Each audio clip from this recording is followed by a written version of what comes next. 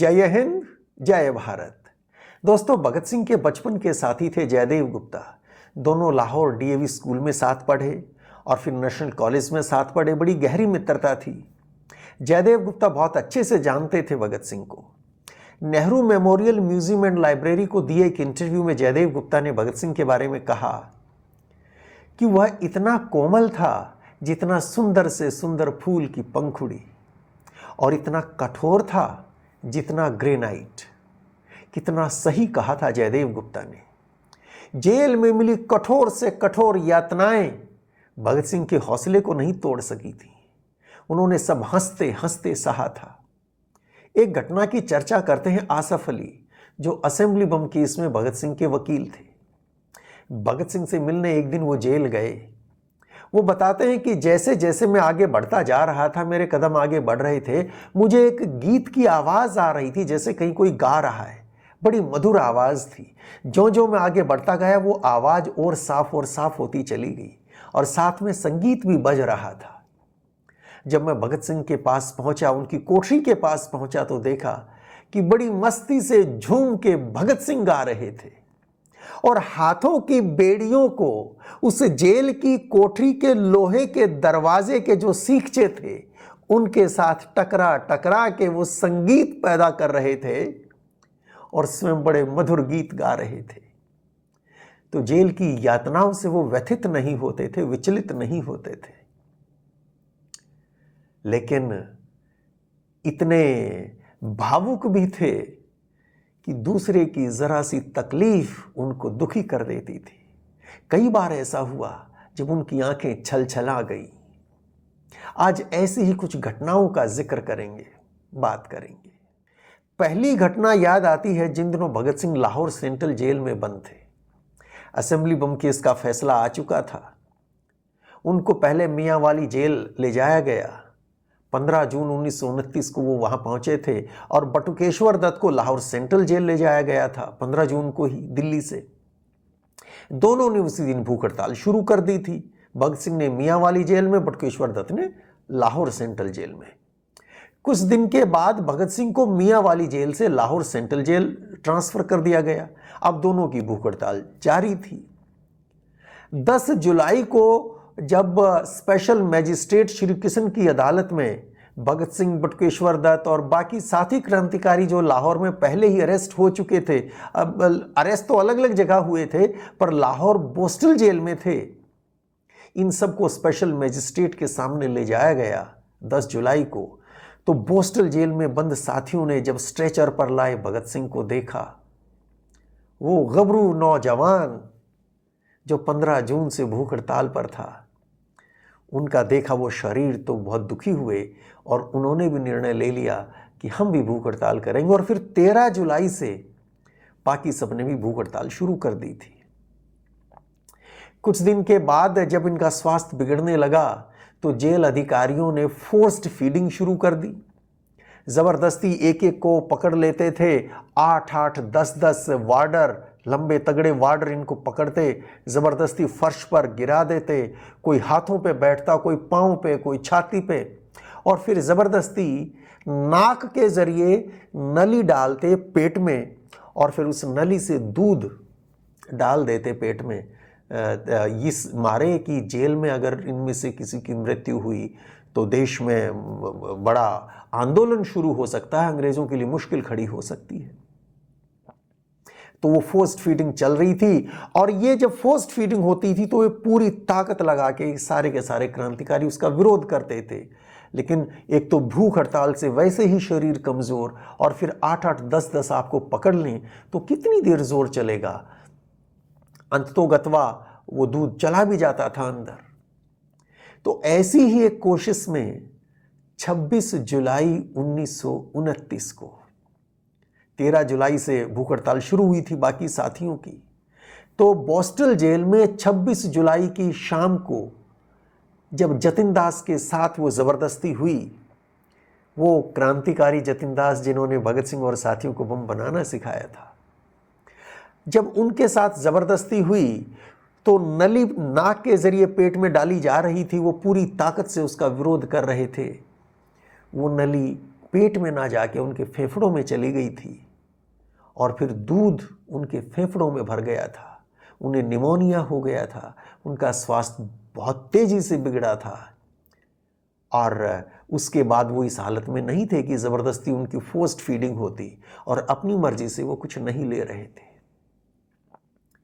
उन्होंने संकल्प ले लिया था कि अब तो तिल तिल करके इस देश पर प्राण न्यौछावर करने हैं, स्वयं को जलाकर दास्ता की, गुलामी की, ये जो तारीक रात है, ये अंधेरी रात है, इसको समाप्त करना है। स्वयं जलूंगा दीपक बनके, अंधेरा दूर होगा। वो जल रहे थे। उनकी हालत बिगड़ती जा रही थी, चिंता बहुत गंभीर हो चली थी, अखबारों तक खबर जा रही थी और देश में इस बात का जबरदस्त विरोध हो रहा था। सबने कोशिश की उन्हें मनाने की, पर वो नहीं माने। अब फोर्स्ड फीडिंग हो नहीं सकती थी और वैसे वो मान नहीं रहे थे। सबने कह ली, नेताओं ने कह ली, सबसे अपील करवा के देख लिया, पर जतिन दास नहीं माने। तब अंग्रेजों ने सोचा कि अब ब्रह्मास्त्र चलाना पड़ेगा। और वो ब्रह्मास्त्र क्या है? वो ब्रह्मास्त्र है भगत सिंह। कि भगत सिंह यदि जतिन दास से कहें, अपील करें, प्रार्थना करें, तो भगत सिंह की बात शायद वो नहीं टालेंगे। भगत सिंह लाहौर सेंट्रल जेल में हैं, तो अब अंग्रेज भगत सिंह से निवेदन करते हैं, प्रार्थना करते हैं कि देखिए, पोस्टल जेल में आपका साथी इतना क्रिटिकल है, जीवन के उस मोड़ पर आ पहुंचा है जहां से वापस लौटना बहुत कठिन है और एकमात्र रास्ता ये है कि आप उन्हें मनाएं, वो दवा ले लें। वो दवा भी नहीं ले रहे थे। तो भगत सिंह तैयार हो गए। फिर भगत सिंह को पोस्टल जेल ले जाया गया। तो 5 अगस्त को भगत सिंह पोस्टल जेल पहुंचे जतिन दास को मनाने। भगत सिंह ने कहा कि तुम मेरे दोस्त हो, मेरा अधिकार है तुम पर, तुम दवा ले लो, एनीमा ले लो। भगत सिंह के मनाने से जतिन दास मान गए, एनीमा ले लिया। भगत सिंह को उम्मीद थी दवाई भी लेंगे। भगत सिंह आ गए लौट के, उनको वापस सेंट्रल जेल ले जाया गया। पर बाद में दवा लेने से जतिन दास ने फिर मना कर दिया।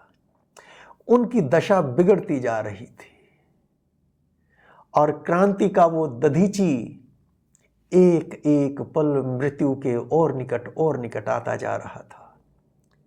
सबकी चिंताएं बढ़ रही थीं। अंग्रेज भी चिंतित थे। भगत सिंह से फिर कहा गया कि आप मनाओ जाके, वो दवा नहीं ले रहे हैं। और इस बार भगत सिंह अकेले नहीं थे, उनके साथ कांग्रेस के 2 बहुत बड़े नेता थे। एक राजऋषि पुरुषोत्तम दास टंडन और दूसरे डॉक्टर गोपीचंद भार्गव। तो डॉक्टर गोपीचंद भार्गव और राजऋषि पुरुषोत्तम दास टंडन भगत सिंह को लेकर पोस्टल जेल जाते हैं और कोशिश करते हैं मनाने की जतिन दास को। ना वो टंडन जी की बात मानते हैं और ना भार्गव जी की। उन्होंने प्रयास करके देख लिया, उनकी बात जतिन दास ने नहीं मानी और जतिन दास की शारीरिक स्थिति ऐसी है कि बोलने की शक्ति भी जा चुकी थी। हालत ऐसी हो चुकी थी कि करवट भी नहीं ले पाते थे, इतनी भी शरीर में ताकत नहीं बची थी। जब जतिन दास ने इनकी बात नहीं मानी तो भगत सिंह आगे आए। दोस्त की वो हालत उनसे देखी न जा रही थी, पर स्वयं को संभालते हुए भगत सिंह ने कहा, मेरे दोस्त, मैं तुम्हारा आभारी हूं। पिछली बार मैंने तुमसे प्रार्थना की थी, एनीमा ले लो, तुमने मेरी बात मान ली थी। जतिन दास समझ गए थे भगत सिंह क्या चाहते हैं। वो नाराज हुए भगत सिंह से और कहने लगे, पिछली बार मैंने तुम्हारी बात मान ली थी, पर आज नहीं मानूंगा। आज तुम क्यों आए हो?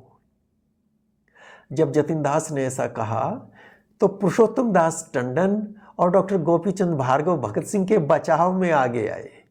वो कहने लगे, आज ये अपनी मर्जी से नहीं आए, आज तो हम इनको लेकर आए हैं।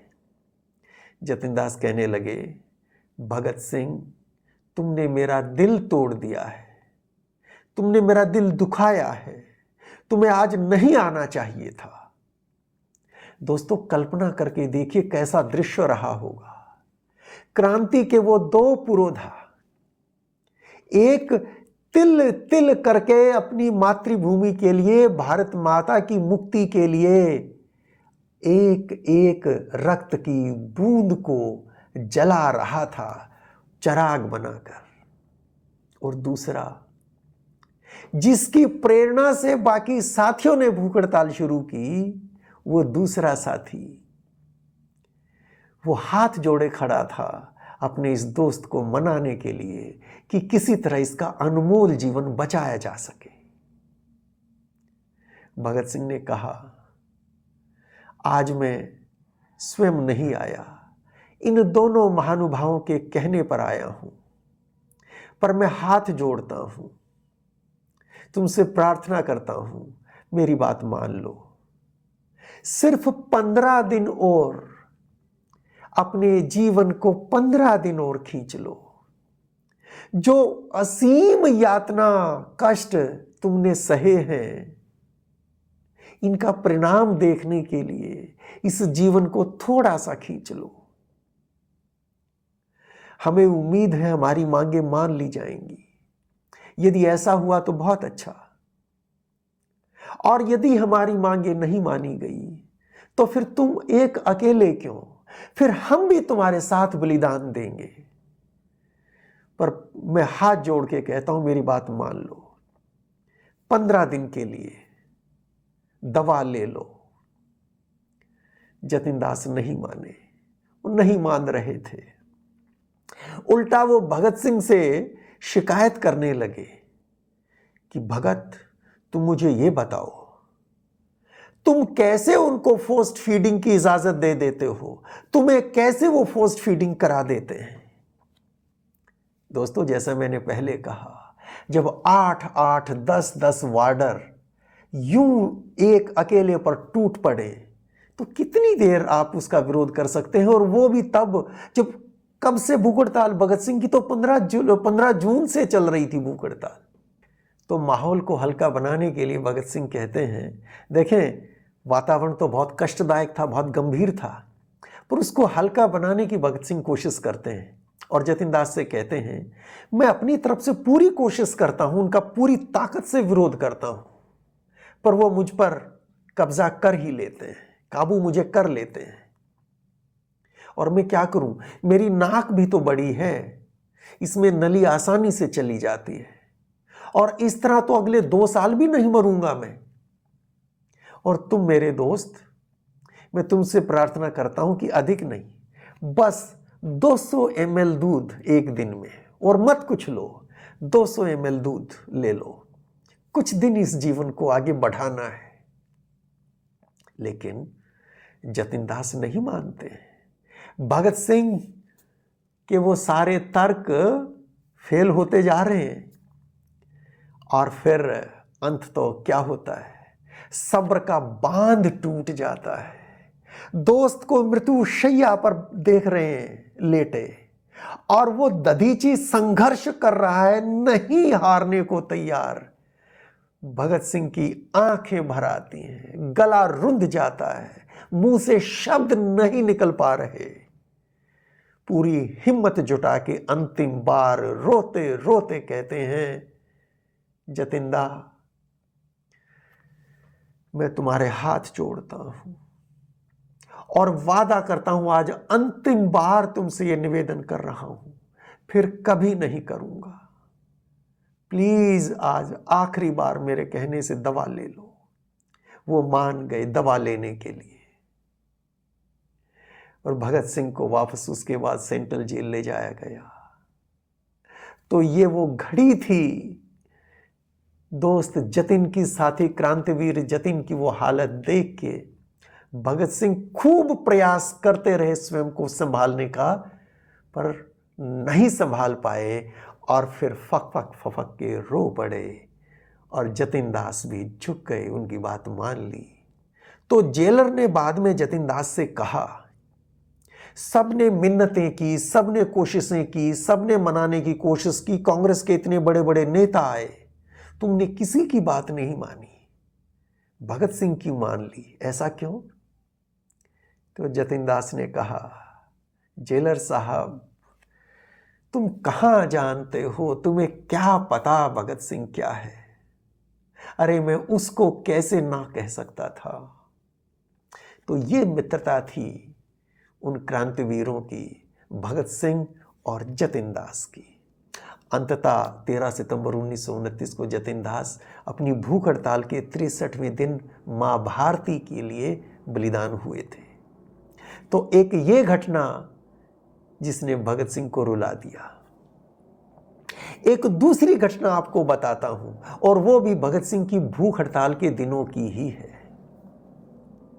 दोस्तों, भगत सिंह ने जेल में कुल 3 बार भूख हड़ताल की थी। यह पहली बार भूख हड़ताल थी जिसमें जतिन दास भी शहीद हुए। जब भगत सिंह ने भूख हड़ताल शुरू की, उनके साथियों ने भूख हड़ताल शुरू की और धीरे धीरे उसका प्रचार होता गया, तो एक जेल में, फिर दूसरी जेल में, तीसरी जेल में, देश भर की जेलों में बंद क्रांतिकारियों ने भूख हड़ताल शुरू कर दी थी। इसी लाहौर सेंट्रल जेल में जहां भगत सिंह बंद थे, वहीं उनसे पीछे की पीढ़ी के, वो पिछली पीढ़ी के क्रांतिवीर बाबा सोहन सिंह भकना भी बंद थे। गदर पार्टी के वो वीर गदरी बाबे जो प्रथम विश्व युद्ध के समय अमेरिका से आए थे लौट के मां भारती को स्वतंत्र कराने। यहां बहुत सारे शहीद हुए, कईयों को फांसी हुई। करतार सिंह सराभा उनमें से एक थे। उस गदर पार्टी के अध्यक्ष थे बाबा सोहन सिंह भकना।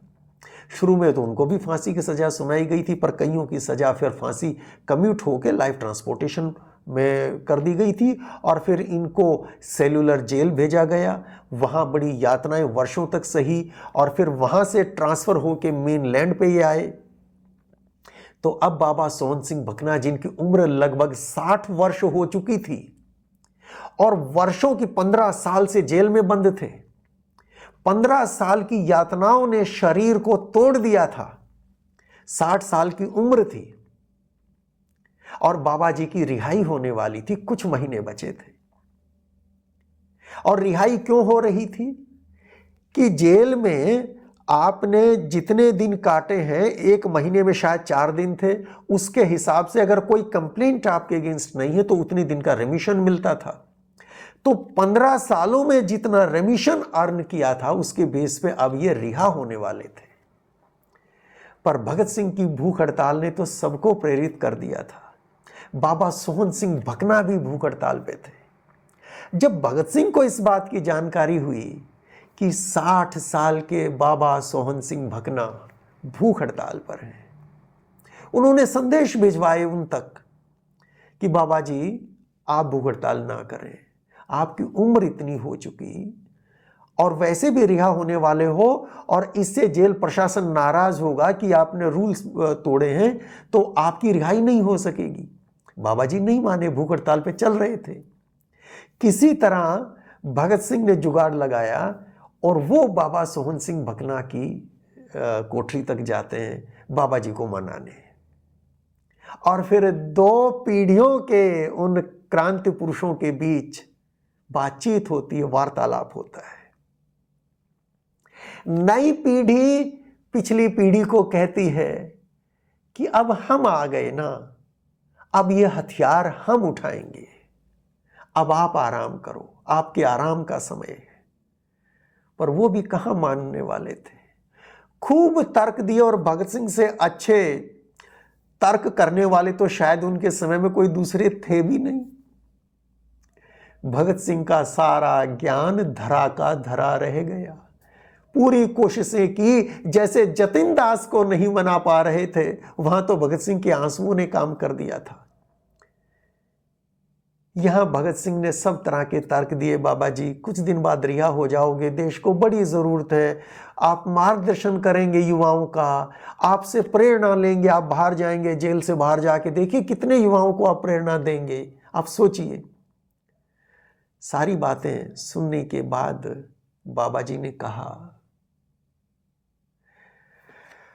जिस पिता का जवान बेटा इतने दिन से भूखा हो, वो पिता कैसे खाना खा सकता है? बाबा सोहन सिंह भकना के इन शब्दों का भगत सिंह के पास कोई उत्तर नहीं था। इस वात्सल्य को कौन सा तर्क हरा सकता है मित्रों? कि जिस पिता का जवान बेटा इतने दिन से भूखा हो, वो कैसे खाना खा सकता है? भगत सिंह रो पड़े और रोते रोते वापस आ गए। बाबा सोहन सिंह भकना को नहीं मना सके। तो ये दूसरी घटना जिसने भगत सिंह को रुला दिया। और भी है, कई बार ऐसा हुआ। एक घटना बहुत निजी है, व्यक्तिगत है, और यह भी उनके जेल के दिनों की है। अब फांसी का दिन बिल्कुल निकट आ चुका। 3 मार्च 1931 को परिवार से उनकी अंतिम भेंट होती है। दादाजी भी थे, दादी जी भी थी, पिताजी, मां, छोटे भाई कुलबीर, कुलतार। घर पे कैसा वातावरण है, बातचीत हुई होगी, वो भी सब पता चला होगा। ये मिलके वापस चले जाते हैं। उस दिन भगत सिंह ने 2 पत्र लिखे थे। एक भाई कुलबीर के नाम, जो भगत सिंह से छोटे हैं। भगत सिंह से छोटे तो बहन है बीबी अमर कौर, उनसे छोटे कुलबीर सिंह, और कुलबीर से छोटे कुलतार सिंह।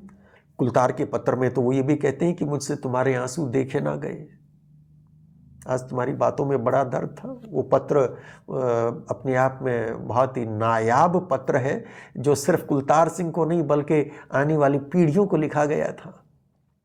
कुलबीर को जो पत्र उन्होंने लिखा वो पर्सनल था। वो बड़ा भाई अपने छोटे भाई को लिख रहा था। आप कितने ही बड़े क्रांतिकारी क्यों ना हो, और अगर सच्चे क्रांतिकारी हैं तो संवेदना होनी ही चाहिए। अगर संवेदना मर गई तो आप मानव भी नहीं बचे, क्रांतिकारी तो क्या खाक बनेंगे? तो भगत सिंह तो बहुत संवेदनशील व्यक्ति हैं। देखिए, मेरे पास ये पुस्तक है, इसमें भगत सिंह के पत्र हैं। ये 4 खंडों में प्रकाशित की थी, गवर्नमेंट ऑफ इंडिया ने इसको निकाला था। तो जो फर्स्ट पार्ट है इसमें उनके पत्र हैं, और भी कई सारी पुस्तकों में आए हैं। मैं 3 मार्च 1931 के इस पत्र की कुछ पंक्तियां आपको पढ़कर सुनाता हूं। कुलबीर सिंह को वो लिख रहे हैं, देखो मैंने किसी के लिए कुछ ना किया, तुम्हारे लिए भी कुछ नहीं। आजकल बिल्कुल मुसीबत में छोड़कर जा रहा हूं। तुम्हारी जिंदगी का क्या होगा, गुजारा कैसे करोगे, यही सब सोचकर कांप जाता हूं। मगर भाई हौसला रखना, मुसीबत में भी कभी मत घबराना, इसके सिवा और क्या कह सकता हूं। और आगे कहते हैं, जानता हूं कि आज तुम्हारे दिल में गम का समंदर ठाठे मार रहा है। आज तुम्हारे दिल में गम का समुंदर ठाठे मार रहा है। भाई तुम्हारी बात सोचकर मेरी आंखों में आंसू आ रहे हैं। मगर क्या किया जाए, हौसला करना मेरे अजीज, मेरे बहुत बहुत प्यारे भाई। जिंदगी बहुत सख्त है और दुनिया बड़ी बेमुरव्वत, लोग बड़े बेरहम हैं। सिर्फ मोहब्बत और हौसले से ही गुजारा हो सकेगा। ये कुछ पंक्तियां मैंने इसमें से पढ़ी। भगत सिंह की आंखों में आंसू आ गए कुलबीर के बारे में सोच के, परिवार के बारे में सोच के। क्यों आ गए? क्यों कहा भगत सिंह ने कि दुनिया बड़ी बेमुरव्वत है और लोग बेरहम? दोस्तों, ये वो कड़वी सच्चाई है, ये वो शर्मिंदगी है हमारे लिए। भगत सिंह इस देश के लिए फांसी चढ़ने जा रहे थे, और खुशी खुशी, कोई गम नहीं, मलाल नहीं।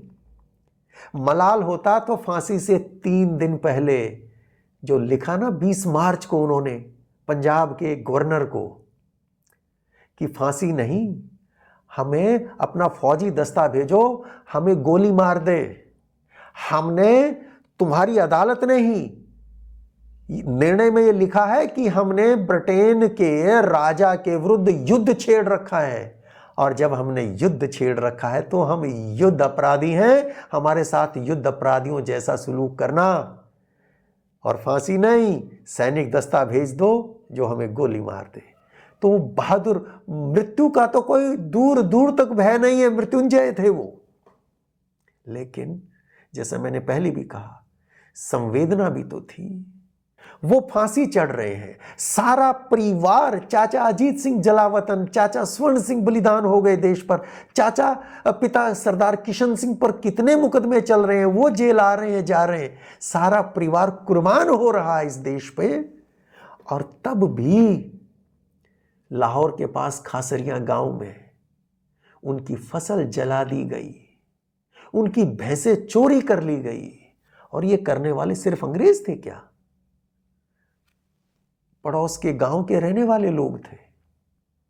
हमला किया था सरदार किशन सिंह के ऊपर, जयदेव गुप्ता अपने इंटरव्यू में बताते हैं। जयदेव गुप्ता ये भी बताते हैं कि भगत सिंह ने मुझे संदेश भिजवाया कि मेरी बहनों को, शकुंतला और सुमित्रा, छोटी बहनें, कि उनको खासरिया से निकालो कि कुछ बुरा हो सकता है।